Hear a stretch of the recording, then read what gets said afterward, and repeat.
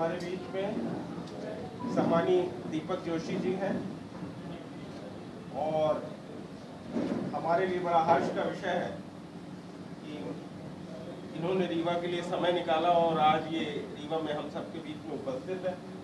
हमारा जोशी साहब से अनुरोध है कि आज वो पत्रकारों से विभिन्न समसामयिक मुद्दों पे अपनी चर्चा आरंभ करें। धन्यवाद। अभी कांग्रेस की जन आक्रोश यात्रा चल रही है। जन आक्रोश के साथ साथ यह आक्रोश कितना बड़ा है कि जनसंख्या के आक्रोश का जो मूल कारण है पार्टी विद डिफरेंस, हम दूसरी पार्टियों से अलग हैं, ये कहने वाली भारतीय जनता पार्टी का चाल चरित्र कितना गिर गया कि मुझे उससे कुंठित होकर आज कांग्रेस की शरण में आना पड़ा। दो कारण, एक मैं कह सकता हूं कि मेरा व्यक्तिगत कारण और दूसरा राजनीतिक कारण। पहला व्यक्तिगत कारण यह है कि मेरे पिताजी का स्वर्गवास हुआ और स्वर्गवास के बाद 14 जुलाई 2020 को माननीय शिवराज सिंह चौहान, सिंधिया जी, वी.डी. शर्मा, पूरी बीजेपी हाटपिपलिया गांव में इकट्ठी हुई थी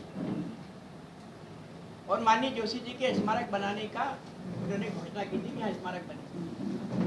2 करोड़ 36 लाख का उसका एस्टिमेट बना। वो स्मारक आज तक नहीं बना हुआ। लेकिन दूसरी तरफ मध्य प्रदेश के मुख्यमंत्री शिवराज सिंह चौहान जहां पूर्व मुख्यमंत्री के रूप में रहने वाले हैं, या तो उनको कुछ पहले से संदेश आगाह हो गया कि मैं पूर्व मुख्यमंत्री हो सकता हूं, इसलिए उन्होंने पूर्व मुख्यमंत्री के नाते जो मकान जिसको अभी तक उन्होंने रोक के रखा है, जिस पे उनका कब्जा है, उस मकान के बगल में स्वर्गीय नंद कुमार सिंह चौहान के मकान को तोड़कर एक भव्य आलीशान मकान बनवाया। तो कहीं न कहीं मुझे ये बात कचोट थी कि मेरे पिता का स्मारक 3 साल में नहीं बन रहा और शिवराज जी का नया भवन 6 महीने में तैयार हो गया, आधुनिकतम भवन।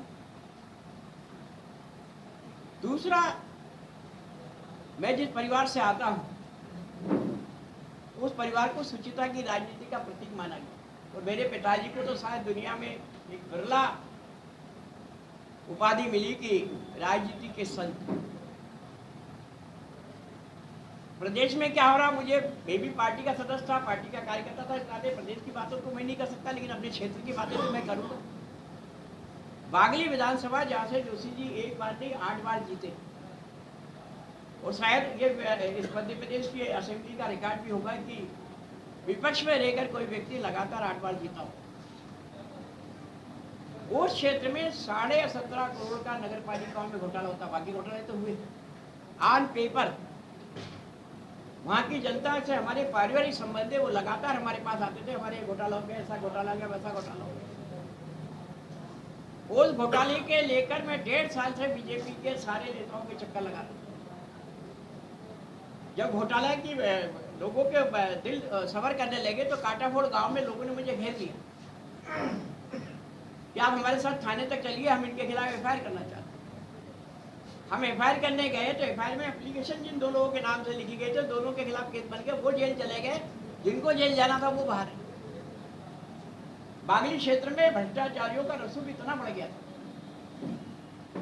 एक फॉर्च्यूनर कार जो भाजपा प्रदेश के किसी नेता के पास रही, एक इंडिवर, एक थार, एक स्कॉर्पियो, ये गाड़ियां पैसे से खरीद के नेतागिरी को चमकाने का काम किया। ये 2 बातों से मैं लगातार उत्तेजित था।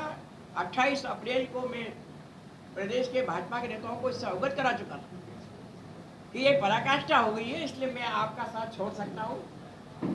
इस पर आपने ध्यान नहीं दिया, तब भी उनकी जू नहीं रहेगी। लेकिन 3 तारीख के बाद से बीजेपी ने अपना प्रयास शुरू करा और वो आखिर तक ले जाने की बात करी कि हम वहाँ तक आपको ले जाएंगे, लेकिन मैंने मना कर दिया कि मैं अब आपके साथ नहीं जाऊँगा, मैं ऐसे लोगों के साथ जाऊँगा।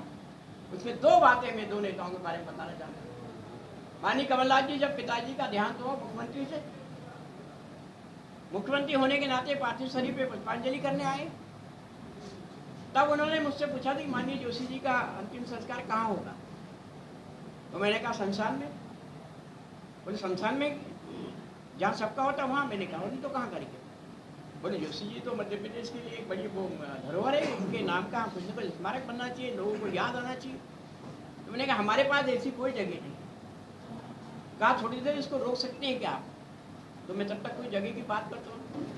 उन्होंने वहीं से निर्देश दिया। 4 घंटे के बाद एक अच्छी लोकेशन पे हाटकुटिया गांव में जमीन मिली 2 बीघा। हमारे पास संदेश आया कि सज्जन सिंह जी वर्मा का, जो हमारे देवास जिले से हैं, उन्होंने कहा कि हमने जगह का भेज दिया है। व्हाट्सएप पे उन्होंने उसका मुझे भी भेजा कि जगह हमने सिलेक्ट की, अगर आपको पसंद है तो ठीक है। मैंने कहा कि नहीं आपने देखा तो ठीक ही होगी। मेरा कहने के बाद 3 मिनट बाद कमलनाथ जी का लेटर आ जाता है कि ये जमीन हमने स्वीकृत कर दिया, आप वहीं सब हम सरकार करेगी पूरी व्यवस्था। मुझे लगा कि मेरे पिताजी का 3 साल तक शिवराज सिंह चौहान मुख्यमंत्री होने के नाते स्मारक नहीं बना पाया, लेकिन कमलनाथ जी 3 मिनट में उस काम को करते हैं। तो एक विजन वाला आदमी मुझे कमलनाथ जी लगे, जो मुझे लगता है कि अपनी बातों को पूरा करे। माननीय दिग्विजय सिंह के पास मैं 1951 में गया था, जब मैं एग्जीक्यूटिव काउंसिल का चुनाव लड़ रहा था बरकतुल्लाह विषय। बीजेपी का पहला और आखिरी एग्जीक्यूटिव जब चुनाव होते थे, उसमें पहला और आखिरी मेंबर मैं इलेक्ट होकर बना बरकतुल्लाह विषय। वो चुनाव में बीजेपी ने मेरा विरोध किया, इसलिए मैंने बीजेपी छोड़ने का फैसला किया। इन कांडों की बात बता रहा हूँ। तब पीसीसी चीफ माननीय दिग्विजय सिंह जी थे, और मैं दिग्विजय सिंह जी के पास गया कि मुझे कांग्रेस में आना, आप कांग्रेस में लीजिए। तो दिग्विजय सिंह जी ने सिरे से खारिज कर दिया कि मैं आपको कांग्रेस में नहीं लूंगा, क्योंकि आप माननीय जोशी जी के लड़के, और मैं नहीं चाहता कि जोशी जी पे कोई आंच आए। इतनी नैतिकता कांग्रेस के नेताओं में है। आज भाजपा के नेता नैतिकता की बात करते हैं, लेकिन नैतिकता किस प्रकार की है? इन्हें शिवराज सिंह चौहान के बारे में आप 84 से लेकर 86-87 तक का इतिहास पूछ लो कि कैसे रहते थे, कैसे पढ़ते थे, कैसे इनकी जिंदगी चलती थी। आज वो शिवराज सिंह चौहान 9.5 करोड़ का अपना चुनाव में संपत्ति दर्ज करते। संपत्ति शिवराज सिंह चौहान 90 में बने और आज तक हैं। मेरे पिताजी 55 साल रहे, 15 साल में रहा। 3 कमरे का एक मकान के अलावा हमारे पास कुछ नहीं है। हमारे पिताजी गाड़ी भी छोड़ के नहीं गए। जो 20 बीघा जमीन उनके पिताजी ने थी, उसमें 20 इंच भी नहीं बढ़ाई। लेकिन शिवराज जी ने राजनीति में पता नहीं कौन सा ओवर टाइम किया कि वो 9.5 करोड़ पे आ गए। ये सब बातें जब कचौटी लगी तो मैं आज कांग्रेस में आया हूँ। और चूंकि समाज में रहते हुए प्रत्येक राजनीतिक दल को, जनता को ये बताना पड़ेगा कि दूसरा राजनीतिक दल जो हमसे कमजोर है, उन चीजों को लेकर आज मैं यहाँ आया हूँ। और मैंने देखा कि मेरे पिताजी की लंबी कर्मभूमि रही सतना और रीवा। आज बीजेपी का कार्यकर्ता व्यथित और कुंठित है। एक कार्यकर्ता ने तो मुझे ये तक कहा कि हमारी स्थिति तो इस पार्टी में ये हो गई है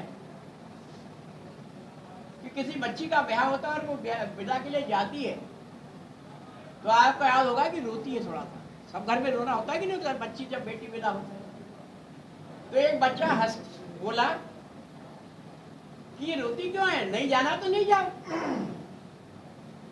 बोले हमारी स्थिति लगभग वही हो गई कि हमको जाना भी कि नहीं जाना है, लेकिन रोना भी है। तो ऐसी स्थिति में हम इस पार्टी में अंतिम छोर पे आज खड़े हैं। हमारा पूरा जीवन हमने दान दे दिया, लेकिन आज की स्थिति से हम वाकई में बहुत कुंठित और वंचित हैं। ये बात तय है कि हम या तो वोट डालने नहीं जाएंगे, और कुछ लोग तो मेरे साथ भी हुए, आपने देखा है। आज रीवा सतना में भी मैं कुछ लोगों ऐसे लोगों से मिला हूँ, नाम बाद में बताऊंगा। लेकिन ये तय है कि जनसंघ और बीजेपी का जनाधार जिन लोगों ने यहाँ खड़ा किया था, आज वो सिरे से नकार दी। विकास की बात करते हैं, रामराज की बात करते हैं। रामराज शुचिता की राजनीति का प्रतिग्रह है, सत्यता की राजनीति का प्रतिग्रह है। ना कि रामराज में ये हुआ कि हमने इतने फ्लाईओवर बना दिए, हमने इतनी रोडें बना दी, इतनी ब्रिज बना दी। कि रामचरितमानस में इस चीज का जिक्र है क्या?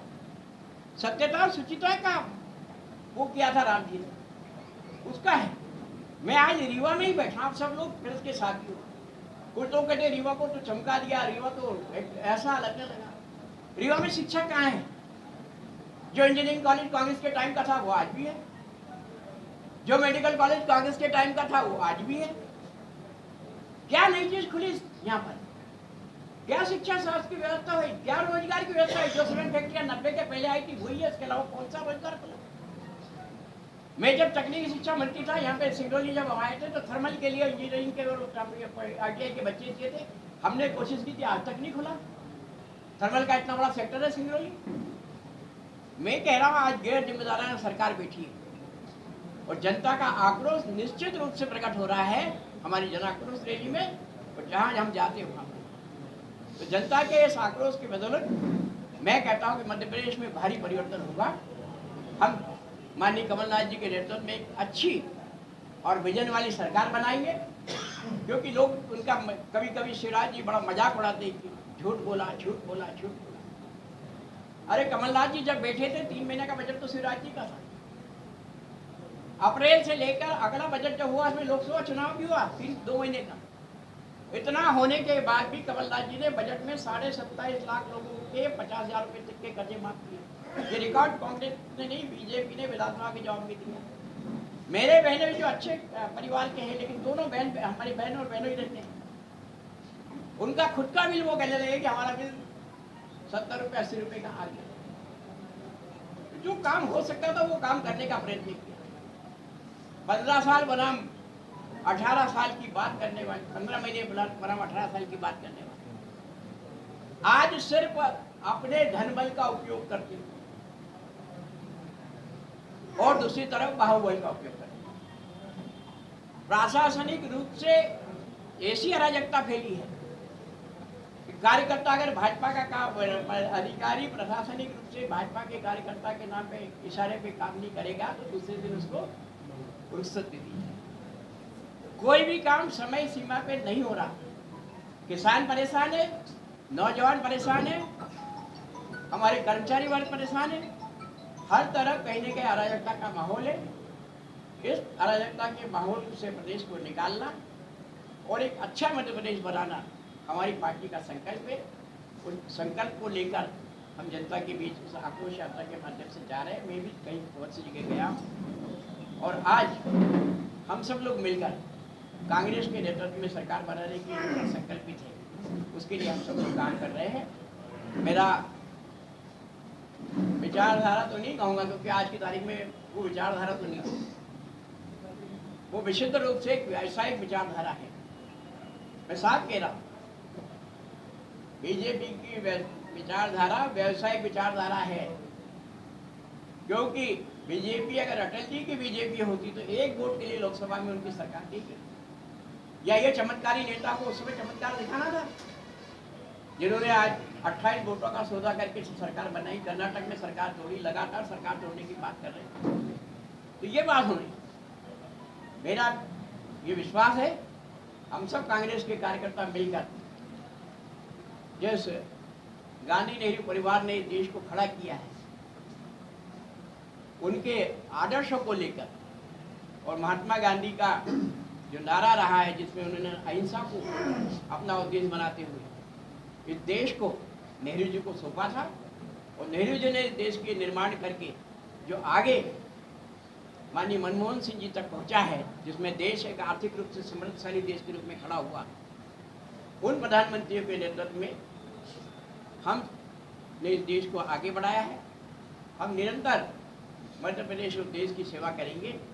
हमारे नेता राहुल गांधी जी ने जो एक संदेश दिया, उस संदेश में भी कहीं न कहीं देश की भावनाएं थी। प्रधानमंत्री जी ने अभी G20 किया, उसमें पीछे लिखा था वसुधैव कुटुंबकम। वो विश्व को वसुधैव कुटुंबकम मानने के लिए तैयार नहीं, लेकिन भारत को वसुधैव कुटुंबकम मानने के लिए तैयार नहीं है। अरे जब हम अपने परिवार को एक नहीं करेंगे तो दुनिया को कहाँ से कुटुंब मानेंगे? मुझे समझ में नहीं आया। उन्होंने किया जरूर है, लेकिन अच्छी बात है। अगर उसको स्वीकार करते हैं तो हम सबको भी स्वीकार है, हम भी इसको मानेंगे और मानते ही आए हैं। क्योंकि देश का संविधान का निर्माण कांग्रेस के नेतृत्व में बाबा साहब अम्बेडकर ने किया है, और अम्बेडकर जी ने उस पर व्यवस्था दी थी कि आदमी किसी भी जाति पंथ महंत का होगा, अमीर होगा, गरीब होगा, कैसे होगा, वोट की कीमत एक होगी। और इसी के आधार पर उन्होंने इस लोकतंत्र का गठन किया था। और आज हम विश्व का सबसे लोकतंत्र, बड़े बड़े लोकतंत्र और सशक्त लोकतंत्र के रूप में पहचान करते हैं, तो वो भी कहीं न कहीं कांग्रेस की बदौलत है।